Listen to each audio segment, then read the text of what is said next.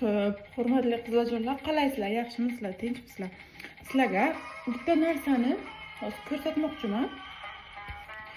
O'zim faktiski isbotlagan narsada, endi sal qiyinroq bo'lishi mumkin sizlar uchun, lekin foydasi bor narsa. Qaranglar, eshitinglar gapimni. Ana bu masalan retinol, to'g'rimi? Mana retinol.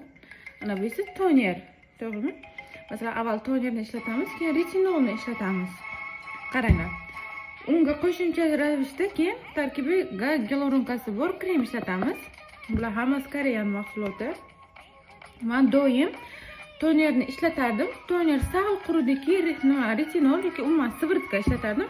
Ustidan krem qilardim, keyin eng oxirida SPF bilan yopardim. Lekin bitta narsani sezdimki, bu ketma-ketlik cho'ta umuman ta'sir qilmayotganday. O'sha uchun tonerni surtdim, где-то 5-10 daqiqa kutdim. Undan keyin retinolni surtdim.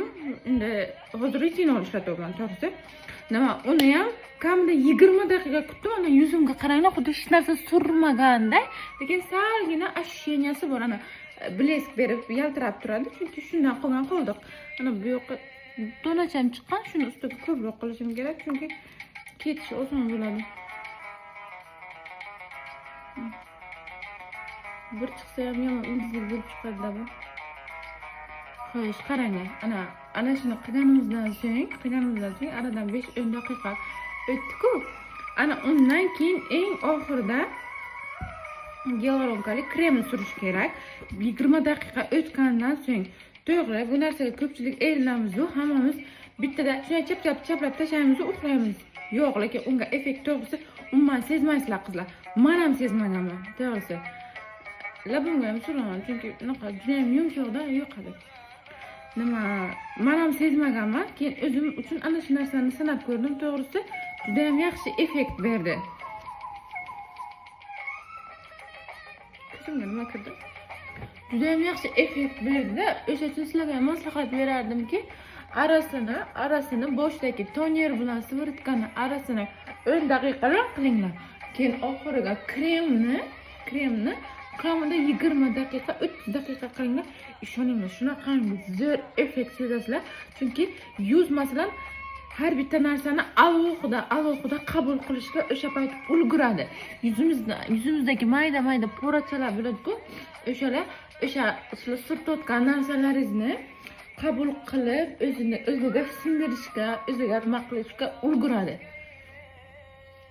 O'sha uchun ana shu narsani o'zimga sinab ko'rdim hozir. To'g'risi juda ham yaxshi. Ana 2 kundan beri qilyapman.